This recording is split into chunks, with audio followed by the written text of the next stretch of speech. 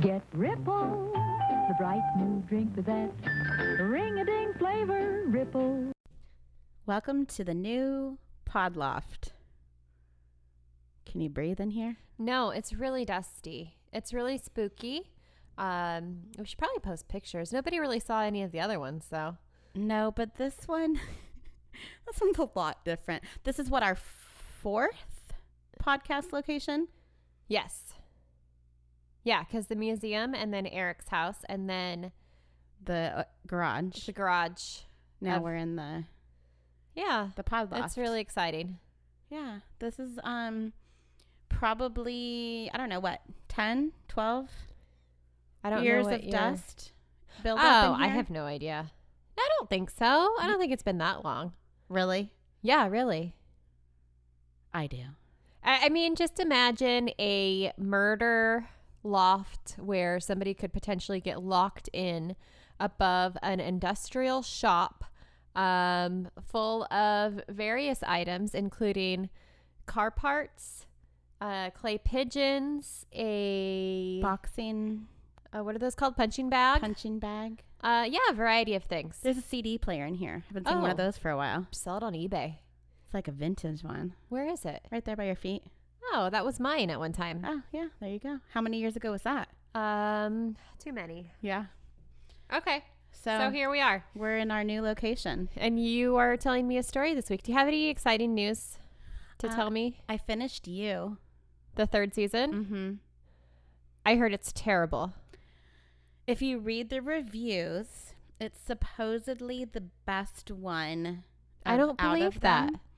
them. I didn't think it was the best one. It was good. I finished it. There was definitely some things that surprised me, but it was, well, a couple things. It was very Desperate Housewives-ish. Oh, okay. There I could was get behind that. Definitely some kind of feeling like that. And there is a character from Desperate Housewives in season 3. Wait, a character? Well, an actress. Oh, okay. Yeah. Who? Brie Vandekamp. Oh, okay. She looks terrible. Oh, that's not very nice. I know. Well, I heard that there is a lot of political crap that was unnecessarily thrown into it, and a lot of people got really upset. And I guess Netflix has been doing that more and more, and that kind of ruins it for me. I don't like that. And honestly, it felt forced. It felt like it was thrown in there for no real good reason. But again, if you read the reviews, because I thought the same thing, so I went kind of searching it out, and they're saying that, oh no, this was written way before all this Bullshit. COVID stuff and blah, blah, They blah, talked blah, blah. about COVID in the series, but it was written before COVID. Well, it was about measles, Oh, and then they referred COVID to measles. they changed it?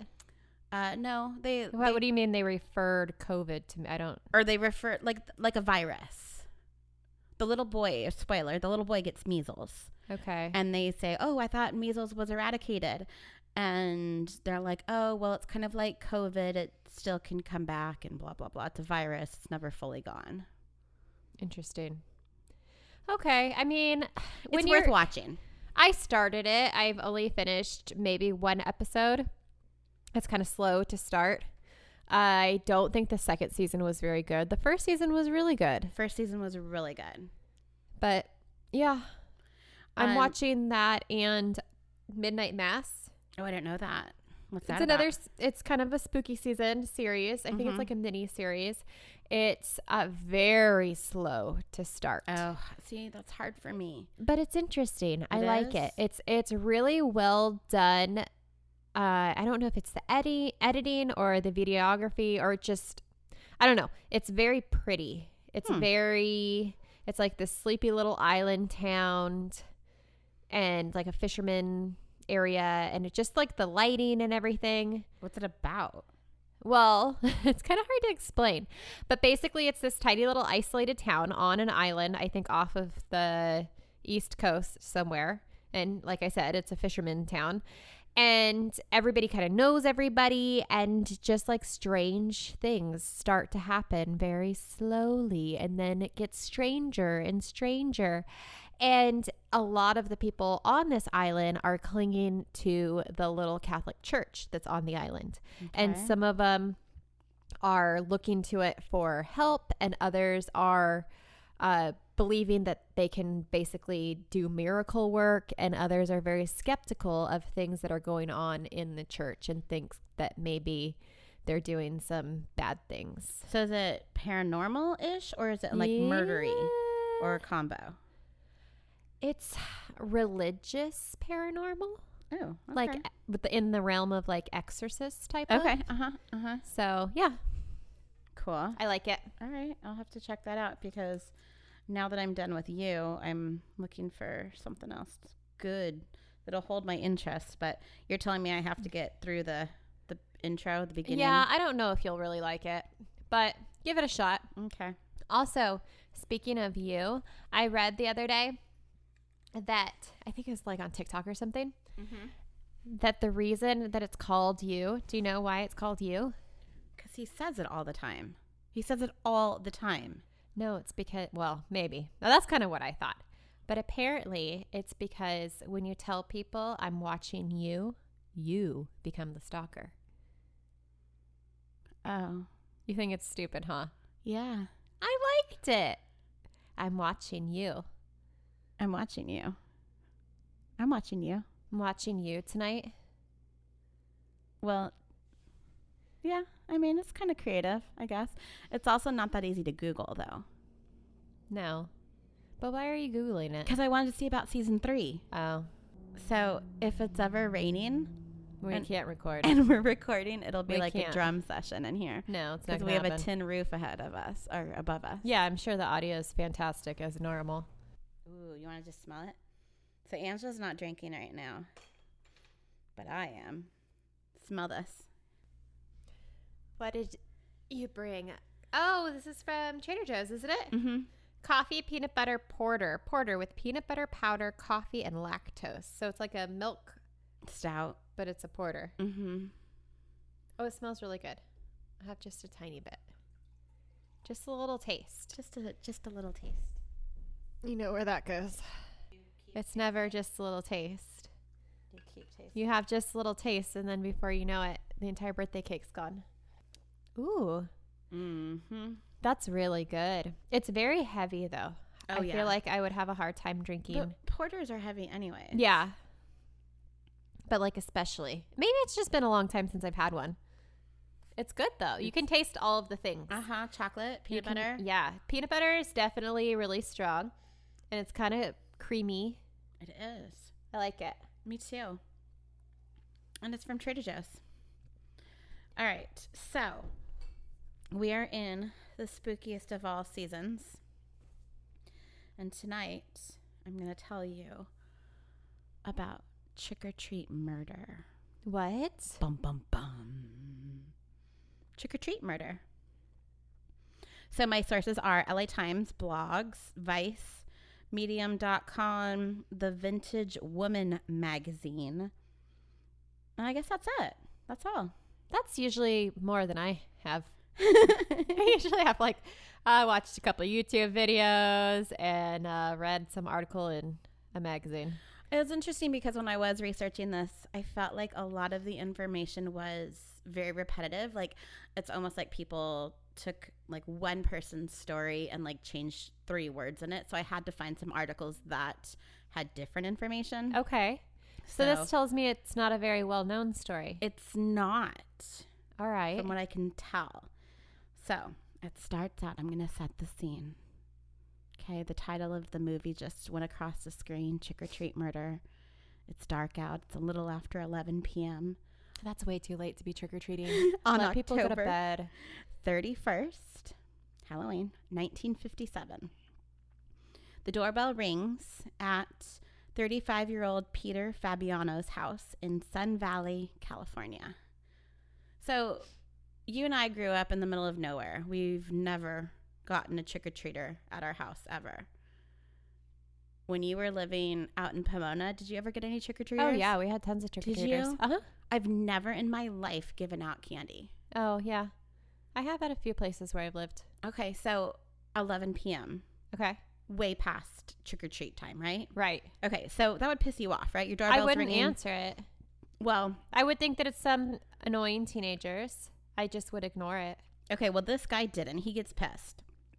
And he's like thinking to himself, he's, upstairs and he's coming down the stairs. They're like, what the hell? Like, most trick-or-treaters should be in bed by now, let alone, ringing doorbells. And he's thinking probably like you, like a teenager was trying to maybe collect the rest of the leftover candy. And he opens the door and he grabs the bowl of candy that's, sitting next to the door still. The door opens and he sees someone dressed in men's clothing. They're wearing jeans and a khaki jacket. They have red gloves on and they have like a super brightly painted face, but they're also wearing what they call a domino mask. And I guess it's like what Robin wore when he was fighting Batman. Fighting alongside Batman. Is that similar to, no, maybe I'm thinking Joker. I'm thinking of like the drama masks. That's what I think Batman and Robin wore too.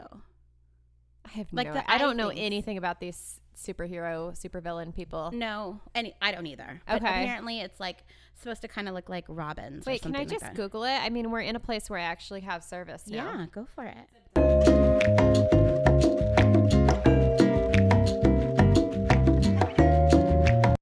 Oh, yeah. Okay. Show me. It is like Batman. Okay. It's like the little just the eye coverings. Right. It's like the little strip that like narrows around the bridge of the nose and then it kind of gets wider around the eyes. And sometimes they kind of have like a cat eye. Mm-hmm. But obviously for Batman, it's like a bat eye. It kind of goes up and down. And then Robin's is more like almost like cat eye glasses. Okay. But so this person's thicker. face is like super painted, but also wearing these Robin masks. Sure. Thing. So as the trick-or-treater held up their brown paper bag, and instead of saying trick-or-treat, they say just one word. And the word is no. And it's a deep voice. What? Then. No what? Just the word no. That was it. Wait, so he grabbed it. He says no and leaves? What? I thought you said he grabbed the candy. No, he held up his brown bag. Oh. And instead of saying trick or treat, they said just the one word. Didn't he grab the bowl? Mm-mm. I could have sworn he said he... Oh, the man that opened the door. Oh, he was still going to give them candy? Yeah. Oh, well, that's very generous. So the brown bag is held up, and then all of a sudden, the gun that was hidden in the candy brown bag sack goes off. Oh. So the sound of the gun going off had Pete's wife, Betty, running to see what happened. She was upstairs. And she knew her husband was already irritated at the after-hours visitor. But when she got to the door, the shooter was already gone, and her husband was laying on the floor that was like already red with his blood. The gunshot had also woken up Judy, their 15-year-old daughter, and Judy takes off running to a neighbor's house. I guess there was like a police officer that lived, a couple doors down, so she went straight to their house. Okay. And they called the Valley Police Department. Peter was rushed to Sun Valley Hospital, but he was soon pronounced dead from one gunshot wound to his chest. Yikes. So the only witness to the shooting was this teenager who saw this car just driving away really fast.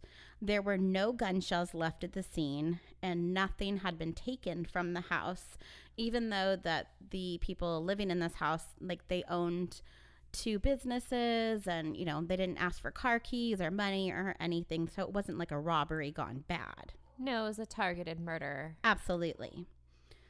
So Betty, the wife, she was a beautiful red-haired lady that had 2 teenage kids from her first marriage. And she tells the police that she was 36 years old. Peter and Betty met in the 1940s after Betty divorced her first husband. I'm envisioning Bree from Desperate Housewives. Oh, there you go. Yeah. Okay. The couple got married in New York, and then they moved to Los Angeles just 1 year before Peter's death. So they hadn't been there that long. Peter himself served in World War II, and he was the owner and operator of 2 very well-known, successful beauty salons. Weird. He actually even kept Betty's hair looking bright red and perfect. Huh. So Peter hires this chick named Joan Rabel to work in one of his salons. And Joan herself was born in 1917. And she was 40 years old, and she was born in either Philadelphia, Pennsylvania, or maybe she immigrated to the U.S. from Lithuania. Is this important? Not totally clear. Well, just the facts that, like, they don't really have a lot of history on Joan. There's not a lot of information. Okay. So she's this photographer who'd spent time taking writing classes at the University of Honolulu in the late 40s, and she visited Hawaii frequently. And she'd sail from the San Pedro Harbor near Los Angeles to Honolulu, Hawaii. But by 1957, she herself had gotten divorced and began just working for Peter. Doing what? She's working as like a receptionist at the salon. So it was in one of the salons where Betty and Joan met and became friends. Their friendship grew strong quickly, and Betty began to tell Joan that she wasn't happy in her marriage and that Peter was, quote, evil. That's a little extreme. Well, she claimed that Peter was abusive and controlling, and physical, mental, whatever. It wasn't a good situation. She would tell Joan about all these horrible things that he would do to her. Huh. Okay. So, if you're having, good friend confide in you, you as the good friend would want to help your friend who's been in an abusive relationship. So she murdered her husband. So Joan wanted to help her friend get out of that relationship.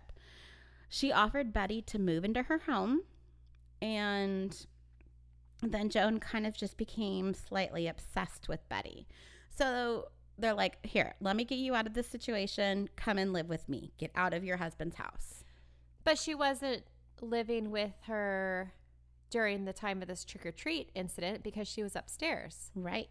Okay. So according to an article published by the LA Times, Peter felt super threatened by how close Betty and Joan were. Ooh. And scandalous. Described their relationship as, quote, abnormal. Oh. So, which obviously in the 1950s, that means they're having a affair together, a homosexual relationship. But God forbid that word be written in a newspaper. So Betty eventually breaks off her relationship with Joan. She comes clean to Peter. Peter's like, fine, we can work on our relationship. I forgive you for your affair. And Betty moves back in with Peter on the condition that she not see Joan anymore. Oh, no. So Joan is upset. She is just going out and, walking the streets, having coffee in little cafes and stuff. And she meets this woman named Golden, Goldyne. Fancy. I know. Golden Pfizer. And she was a medical... Imagine having that name today. Golden Pfizer. Well, it's spelled Pizer. So maybe it's Pizer. Pizer? But I say Pfizer because of the vaccine, I guess. I'm going to call her Pfizer. Okay. Golden Pfizer. So Golden was a medical secretary. She was 43. Wow. In the medical field, too. Mm-hmm. Huh. Interesting, huh? I don't know how, but in some way, shape, or form, that's a conspiracy theory. Oh, that's just you wait. Oh, okay. Just you wait. Okay. Golden was 43 and the daughter of a furniture store owner. She graduated from Los Angeles High School in 1943 and had been married to a man named Herbert Crome. You don't hear that name very often anymore. Herbert. Herbie. When she was married, she totally repressed her true feelings for women. She herself was a lesbian, but, in that time couldn't come out. So she eventually got divorced, and then she lived about a mile from Joan near the Sunset Strip.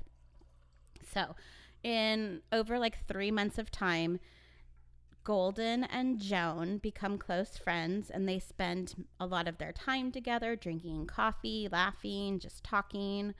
And a lot of their talking actually was about Betty and her husband.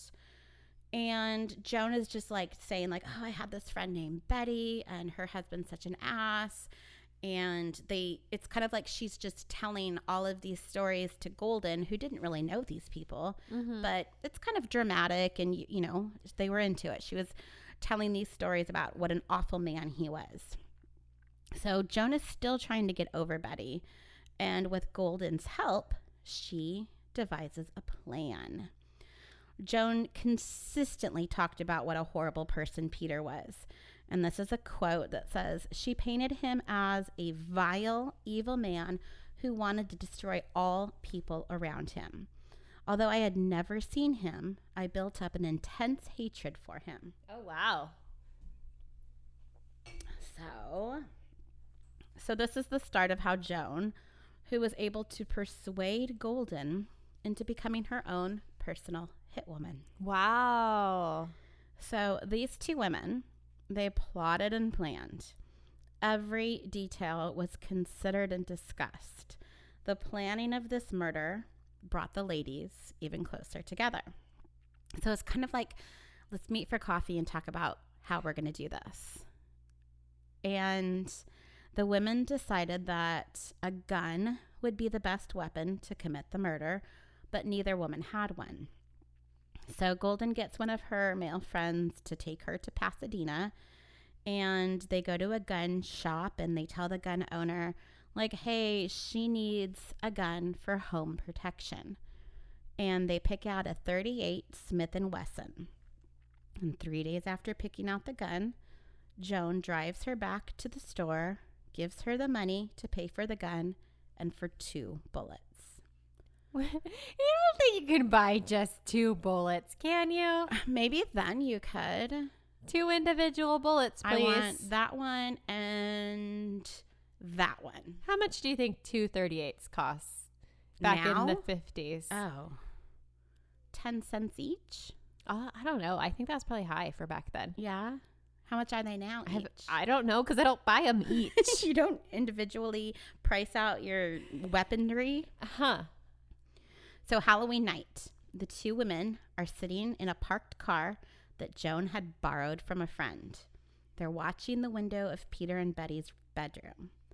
They waited until the lights go out, and wearing the costume that Joan had instructed her to wear, the khaki, the jeans, the red gloves, Golden goes to ring the doorbell.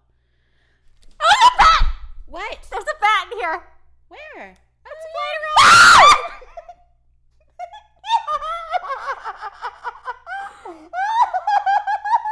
It's too close to my face. Wait, why is it in here? Because it was sleeping, and now it's awake. Hang on, let's open the door for it. I don't know where it went. Okay. Oh, well, that was exciting. So what was happening? I don't even know. Okay. She got all dressed up. On Halloween night. Take it from there. Oh, okay. Go ahead. But she decided to wear this domino mask that we looked up. Right. Worst possible mask you could wear to try to conceal your identity. Like, it's literally the least amount of mask that could still be classified as a mask. But she had on all this makeup as well. And someone called it, not gorish, gashish? I don't know what that is. Grotesque? Grotesque. I think the word was grotesque. Started with the G. Just messy, colorful. I picture like a clown. I wouldn't call it, well, I don't know. That's an interesting way of describing it, but I don't know. Okay. Well, so Golden goes to ring the doorbell. Okay. So after the shot, she runs back to the car where Jonas was still waiting, and they drive it back to the friend that had been borrowed from. And I guess they left the khaki jacket in the car. The women then got the rest of the clothing that Golden was wearing and burned it. Smart. The final instructions that Joan gave to Golden were, quote, "Forget you ever knew me." Oh, that sucks. Mm-hmm. That really does. Like, you thought you were best friends. If not more. Yeah. And then it's just, that's the end? Like, get out of my life. Here, Wow. you just, like, committed murder for me. Now I never want to see you again. Wow. That's too bad. So the police question Betty, and they ask her if Peter has any enemies, and she replies, just one. Me. And names Joan Rebel. Oh. So she thought, oh, yeah, she could totally kill him. Yeah, because she knew that Joan was upset about the breakup. She's back with her husband. Oh, and she's willing to tell the police about it. Mm-hmm. So she suspected her, and she's like, I should probably tell the cops. And maybe she thought she was a little crazy. Huh. Like, I mean, maybe she hinted that she was going to do something. If you go back to your husband, you'll be sorry. I don't know. Maybe there were threats made. I don't know. Okay. So Joan is then interrogated by the police, but she's let go due to lack of evidence. Did she come up with an alibi? I doesn't say. Okay. It just says lack of evidence. So I don't really know what that could mean. All right. So the next morning after the killing, Golden realized that Joan didn't tell her how to get rid of the gun.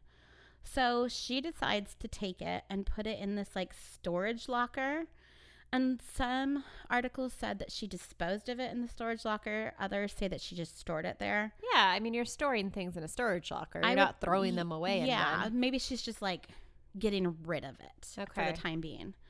But then 2 weeks later, an anonymous tip led detectives to the gun and in turn then led them to Golden Pfizer. Oh, I want to know who that person was. Are we going to find out? Maybe. I don't know. Okay. You do know. I do. You're lying. I totally know. Okay. Once this connection was made, they questioned Golden, who apparently was like totally willing to tell her story. And Well, that's a lot of work for nothing. she's like, here, what do you want to know? I'll tell you everything. Wow. So when she's arrested, she tells the police, quote, "It's a relief to get that off my mind." Bless you. Again. I think I'm allergic to bats. She also says, quote, "I had no motive personally. Whatever motive I had was to please Joan. I was always easily influenced. Clearly. I have been impressionable and always trusting." So then Joan eventually was arrested as well.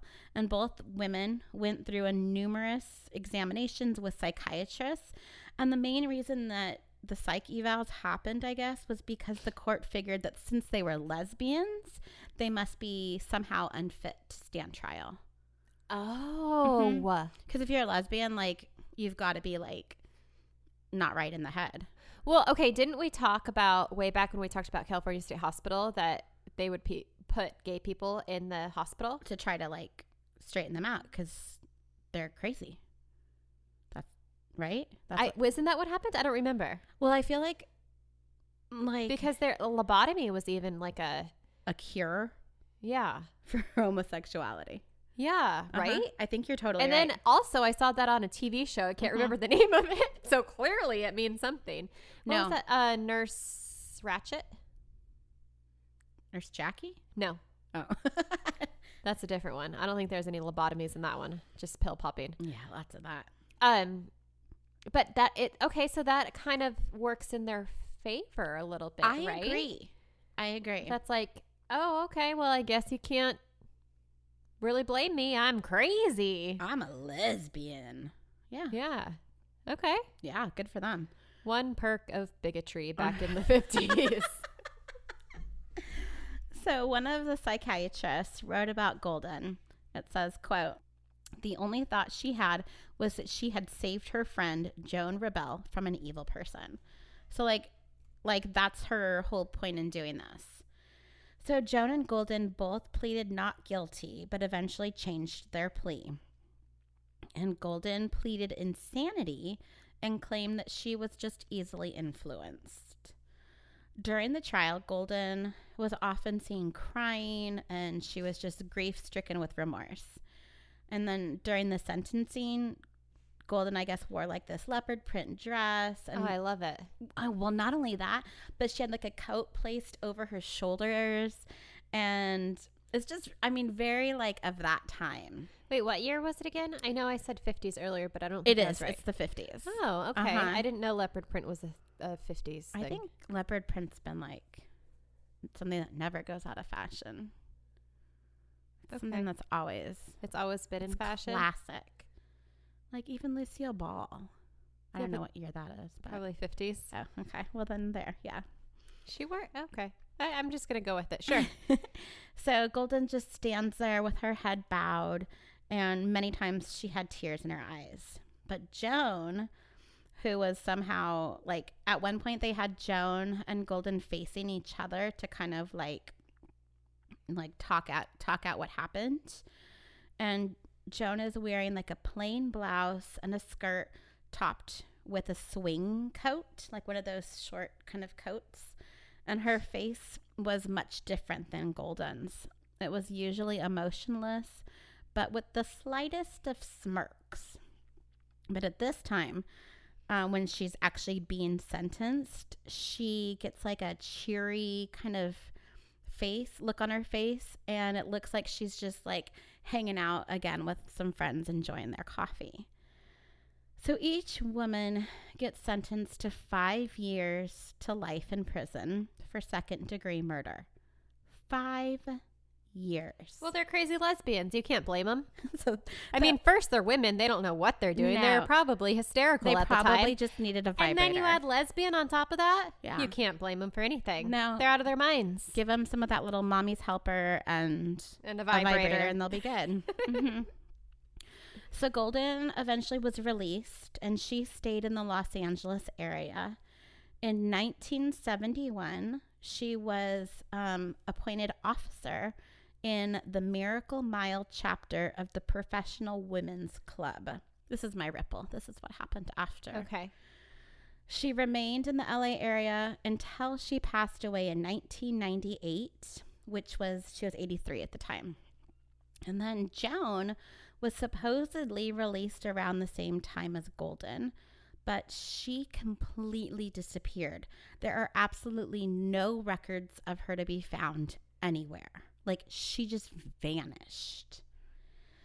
So some theories are that Betty found out about Joan and Golden, and out of jealousy, engineered the murder plan so that she would get back together with Joan, and that all of the stories of Peter being an abusive man were totally made up.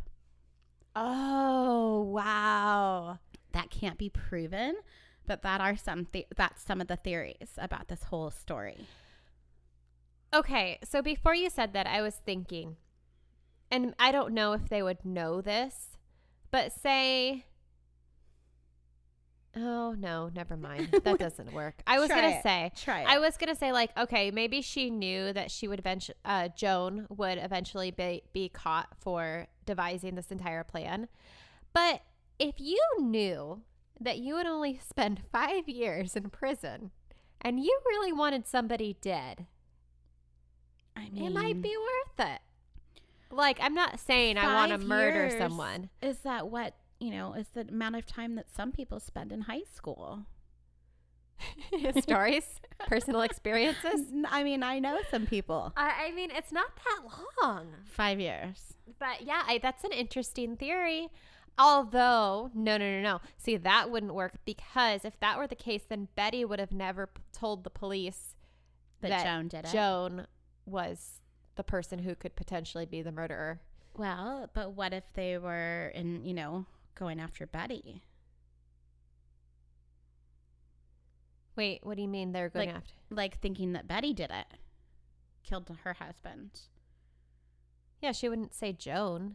If the whole plan is to have Golden take the fall so that Betty and Joan could be together, then why wouldn't she point the finger at just Golden? Right. Mm-hmm. Or any random person that's not Joan. Mm-hmm.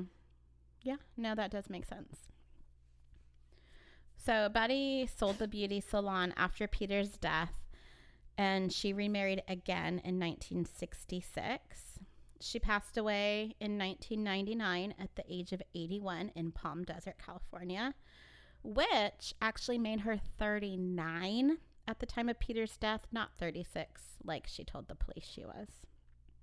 Oh, I was wondering why you were telling me why, that she told the police she was 36. Mm-hmm.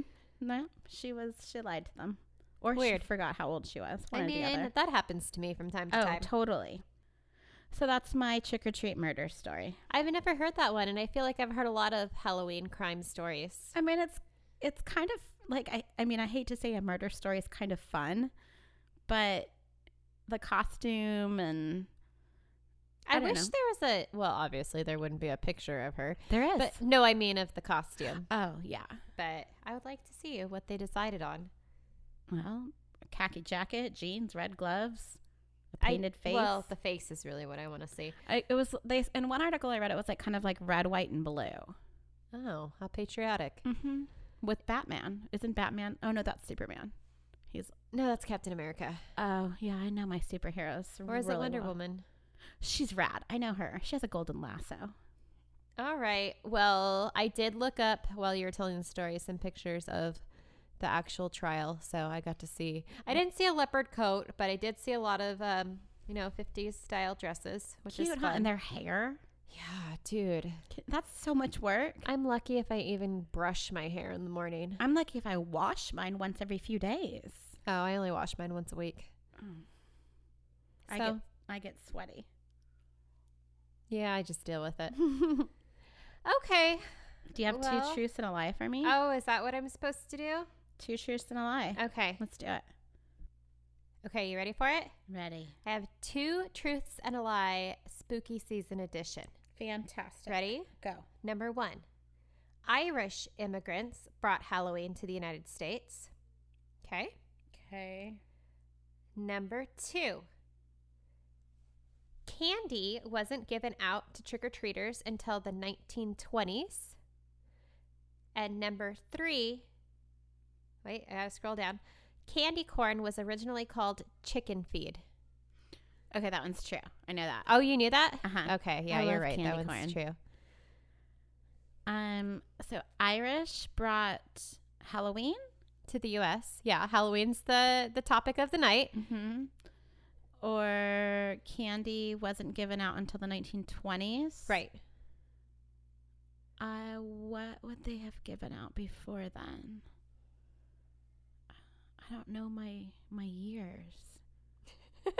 Like, when was candy invented? What do you think they gave out in the 50s during your story? Like, what kind of candy were they handing out at the time? Tootsie Rolls? Ew. Bubblegum? Freaking circus peanuts? Ew.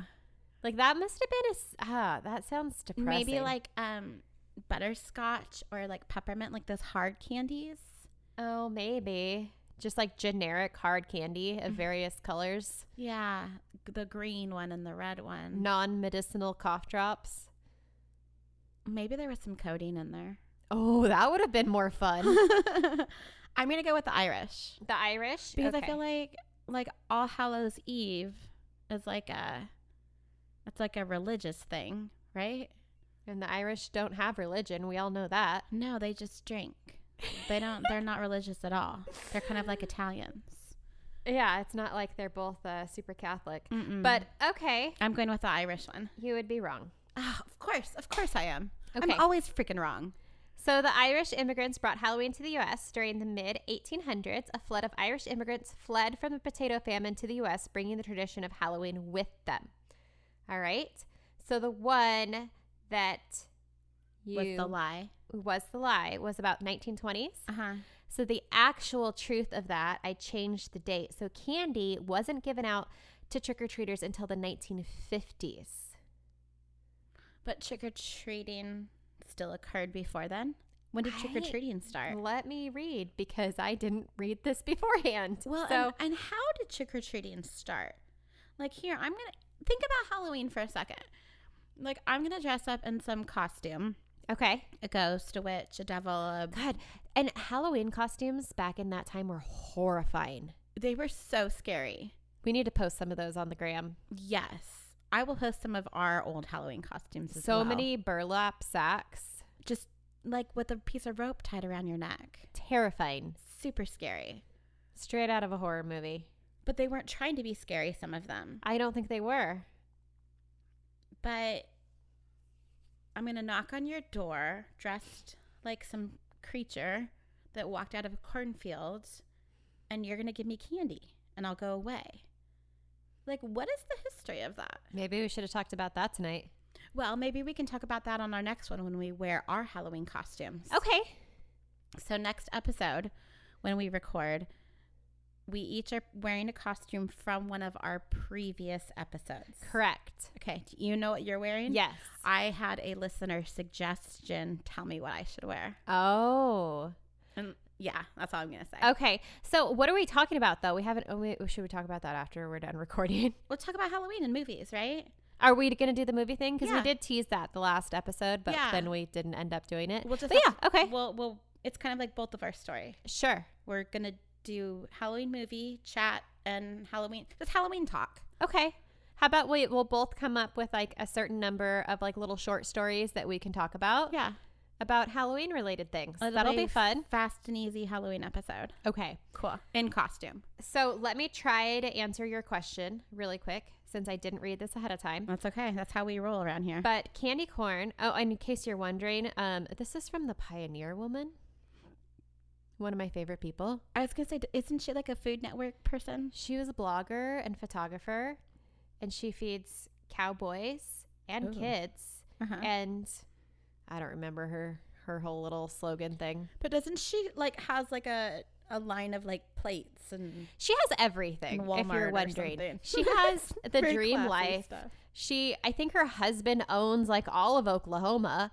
Oh, good for her. Yeah, she has this massive like Yellowstone style cabin house. You do know a lot about this. I sure lady. do, because I'm very jealous. And then she also goes to the lodge, which is basically like the resort that they own and feed people at. Like she cooks for them.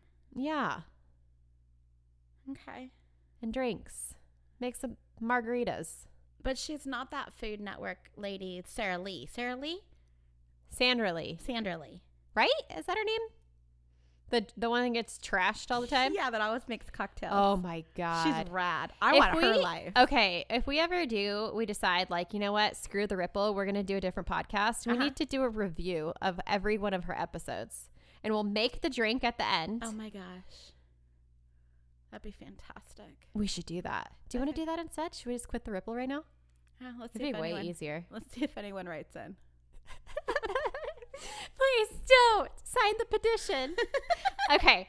So, candy. Yeah. Halloween, that stuff. So Halloween simply wouldn't be the same without those fun-sized candy bars to sweeten up the day. Right. But there was a time when trick-or-treaters didn't receive candy at all, but rather a piece of cake. Oh, that's fun. What? No, it's not. I like cake. Where are you going to put that piece of cake? In my mouth. So you're just going to go... I'm going to push it through the burlap. No, you get a piece of cake and you like are done for the night. You're going to put like 18 pieces of cake in your sack? Yeah. I don't know. Maybe it's like a little bite-sized piece. You take your little bite, you go on to the... They can't have that many houses back then. Not like it was rural Oklahoma. It might have been. Okay, other things. Fruit. Boring. Nuts. Boring. No. Coins. What about all those Ooh. people with those peanut allergies?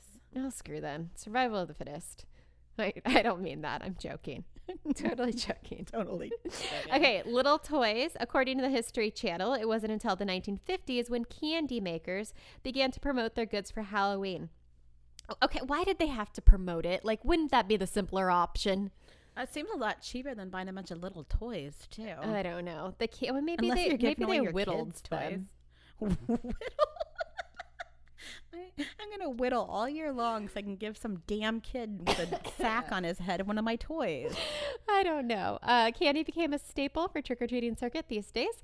1/4 of all of the candy sold in the United States is purchased for Halloween. I believe that. Skittles are America's favorite candy. I don't believe that. I think Reese's Cups. No, because there's a lot of people that don't like peanut butter. What the hell is wrong with them? They don't like peanut butter. There's something seriously wrong. Okay, Skittles were the top, followed by Reese's Cups and Starburst. Do you know what the least favorite candy is? Starburst? Yeah, people like Starburst, especially the pink ones. Yellow, not so much. I wouldn't have put that in the top 3 either. Yeah, I'm not a fan. Skittles, yeah. I'd put that over Starburst. Candy corn is America's least favorite candy. I disagree. That is my absolute favorite. Candy corn. I love candy corn. I think the only thing I like, maybe chocolate in general is my favorite, followed by candy corn. But it's got to be good chocolate. Oh, yeah. I will pick candy corn over like Russell Stover any day. That shouldn't even exist. No, it's terrible. Yeah. C's? That's another level. Yeah. Okay. I told you about chicken feet. That's why I got this beer, because it was peanut butter cup, like Halloween candy. Yeah. Have you heard of the Night of Mischief or Mischief Night? No. I think it's more of an East Coast thing, but they celebrate that, which is the night before Halloween. But isn't that Dias de los Muertos? No, that's several days, actually. The celebration? Mm-hmm. No, Mischief Night is like when people go out and teepee houses. It's more like the older kids. Instead of the little kids going trick-or-treating, the older kids go out and break things and throw things and smash pumpkins and stuff. Oh, that's not very nice. No. I mean, teepeeing's super fun. Yeah. Silly String is banned in Hollywood. Really? Bullshit. No, it's not. No, it's not. That's a lie. It says you can get $1,000 fine, but I haven't seen anybody giving fines to the man who's pooping in the street. So I'm going to call bluff on that one. This whole section's gone. Harry Houdini died on Halloween in 1926. The world famous magician and illusionist. Illusionist. Did you see that Instagram reel thing that I sent you today about the boomers trying to say Chipotle? No. Is it Chipolote like our mom says it? It's really funny. Chipolote like mom says. Chipotle? Chipolote and fajitas. I want to get a fajita burrito at Chipolote. Yeah, I mean, you want any more facts? Or are we good? I think we're good. Okay. So next episode will be our Halloween celebration. Yes. Costume. Yes. The bat is not invited. We're in the bat's home. We are in the bat's home. We can't kick him out of his home. This is where he lives. He also, I think, lives alone unless we walk down the stairs and meet the rest of the family. I don't see any bat guano. I don't know what that looks like. I see lots of rat shit. All right. Well, that was fun. Okay. So next episode, Halloween time. And are you going to be drinking by then? No. You're right. Don't forget to be a fountain. Not a drain. Bye. Bye.